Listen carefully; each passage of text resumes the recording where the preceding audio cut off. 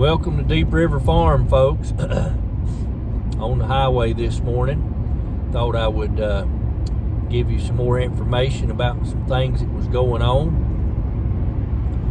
Wanted to start out with this morning that they've got 4 more packages of aid heading to Ukraine. Several hundreds of millions of dollars are headed over there. They just sent a big pile of, I think it was about $1 billion over to Africa. And we're still waiting on our North Carolina mountain folks to receive help.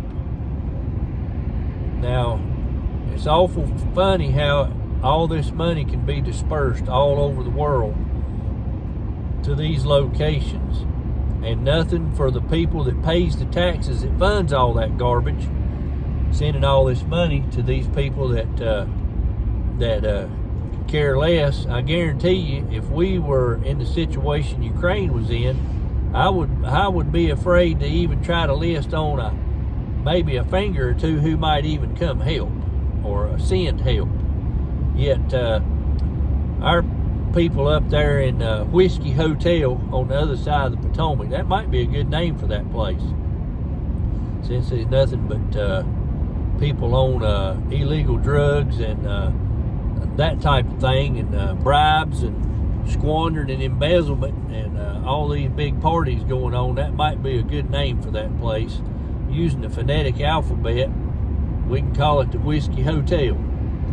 But yeah, they're planning on sending hundreds of millions to Ukraine, and we're still waiting on the government to help with the assistance in Western North Carolina. Now they saying that the GOP won't fund it, and won't fund FEMA anymore, Foxtrot Echo Mike Alpha, and you know, there's probably a good reason in behind that, because in that bill is continued funding for the people that's already come across the Rio Grande in these caravans and everything else. They're getting this lavish lifestyle of hotels and free meals and cell phones and gift cards and all that, while our people freeze in tents. Something wrong with that picture, ain't it, folks?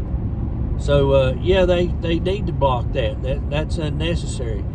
And it makes you wonder, folks, why they wouldn't put one item in one bill and send the bill in. But no, they cram all this stuff in these bills, trying to manipulate something that needs to happen and get all this other garbage included in it. And then if you don't vote for that bill, you're inhumane, but there's a lot of other stuff in there that's probably as worse or you know, just malicious intent, terrible stewardship of tax-paying money, and that type thing.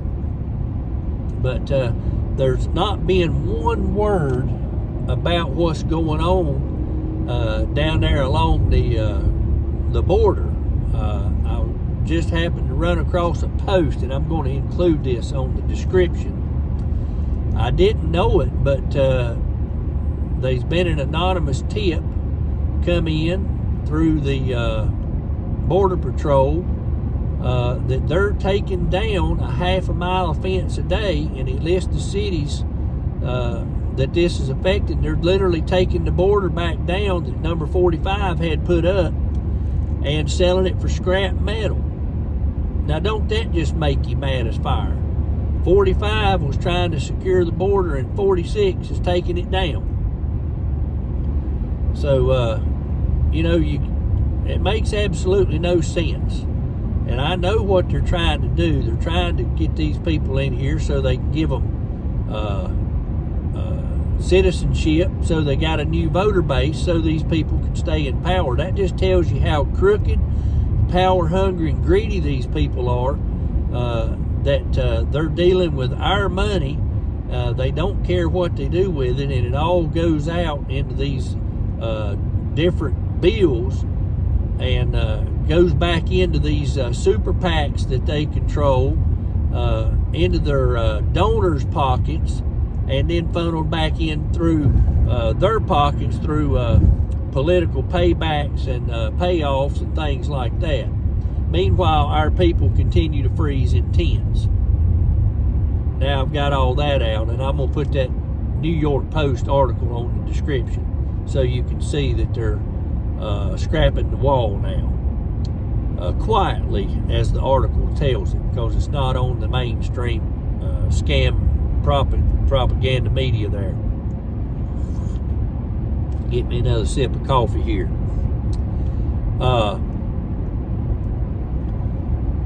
As far as any other aid, the North Carolina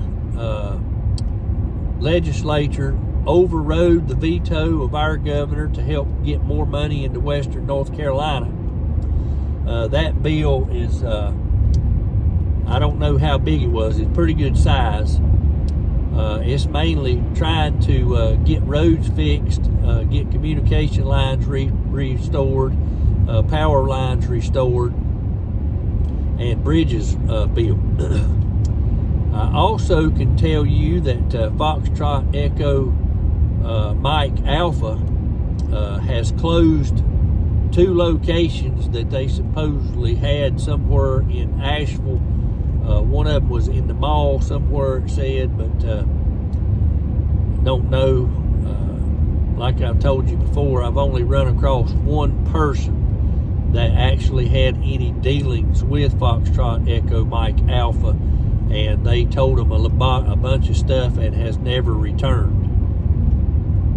And that person was going to let me know if they saw him again or heard anything else out of him. But meanwhile, our people continue to freeze in tents and substandard housing. Now, a lot of people's been asking about what are they doing with the building code. I did see on WLOS 13, I believe that's an Asheville station, they interviewed a fella that was with Buncombe County, and they are continuing to enforce these building codes. So what's happening with the cabins is being built. So what they've started doing is they are continuing to build them, and they're calling them sheds. They're giving them to the people, and they're not pulling any permits or anything for these sheds. They're not putting any electrical outlets or anything like that in these buildings. This is what the way they're circumventing this is they're calling it a shed. They're giving it to the folks. If the folks choose to move into it, that's up to them. And they are insulated, and you know, they can run them a drop cord in there and power it by a generator, but it does get them out of the elements. So they're circumventing this code mess, and they're still trying to get the restrictions dropped until the spring. But a lot of these people that could do this are scared to do it because of the political fallout. Imagine that. More politics involved.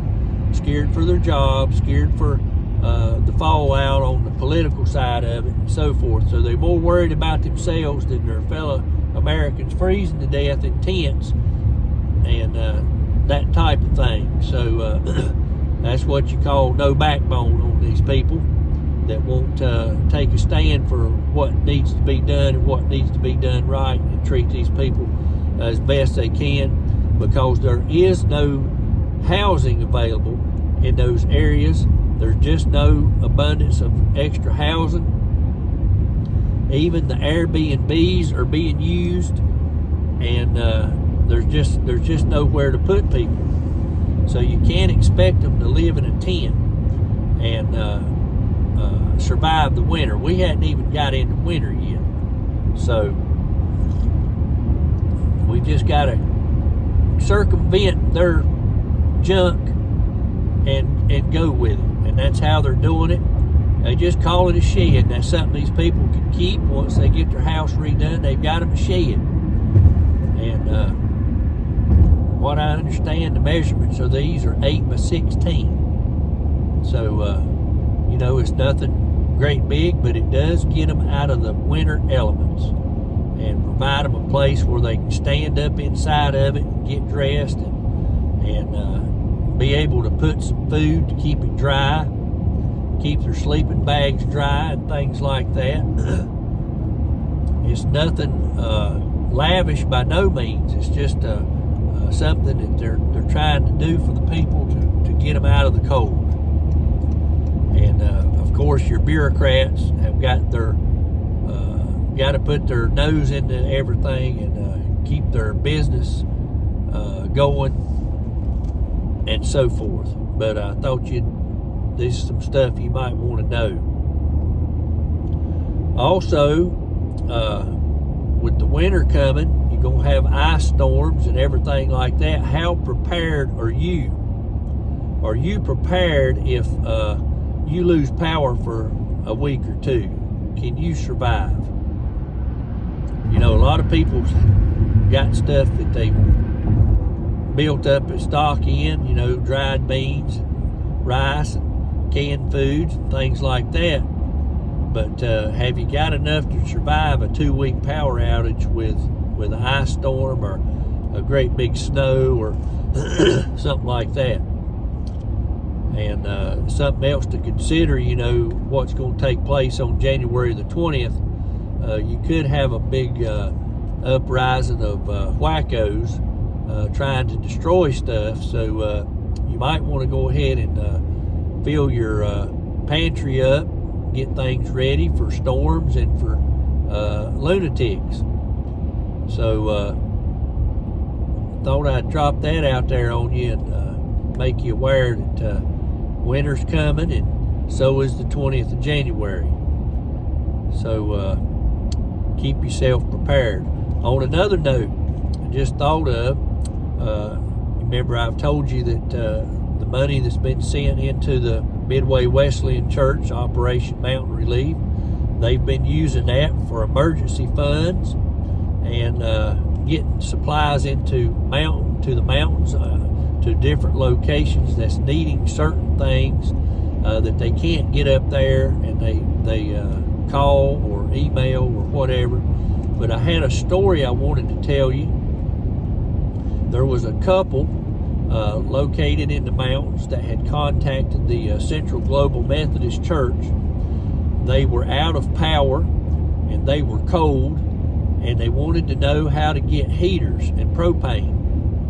So the Central Global Methodist Church contacted the Midway Wesleyan Church, Operation Mountain Relief, gave them the folks' address, phone numbers, and what was needed. And Midway Wesleyan Church promptly jumped on this, ordered them, got them some buddy heaters ordered, hoses, adapters, and got those sent up to the location. And just yesterday received an email from the lady and her husband thanking the Operation Mountain Relief for their quick response, that they now had to heat with those buddy heaters, hoses and stuff, and they were much appreciative of it, and that they were so glad that they had found out about us, and that we were able to help them. So that was a good story that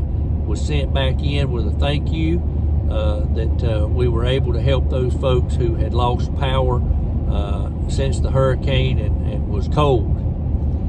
So that's the type of stuff that Operation Mountain Relief does, and is able to help people through these situations.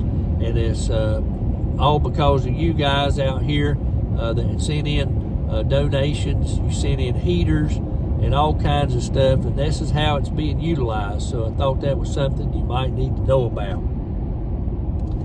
Also, the Central Global Church will be dispersing another round of money to the 7 families that they have vetted. that's needing the help. They're going to send out checks either Thursday or Friday of this week to the families to help them get their lives back going with the reconstruction of their homes and that type of thing. But I wanted to get all that stuff out to you this morning, and I appreciate you watching. And we're going on up the road. It's starting to get pretty foggy. You don't want to be in making a video as I'm driving. I'm trying to get on up the road, but traffic's going to get heavy. The visibility's going down, and temperature's setting at 52 degrees right now. So thankfully it's not very cold up in the mountains this morning, but the cold is on the way again. I just saw on the weather where it's going to get really cold this coming weekend, and it's going to be tough on them. They're already talking to make sure people bring in their empty propane cylinders to all the relief centers. That way they can be returned back to the Bethel Wesleyan Church there in Flat Rock to get refilled. And that way these folks will have propane tanks for this coming weekend to get through this next big cold snap. I appreciate you watching this morning. I appreciate all the donations you folks have sent in, and we hope to see you on the next video. Have a blessed day.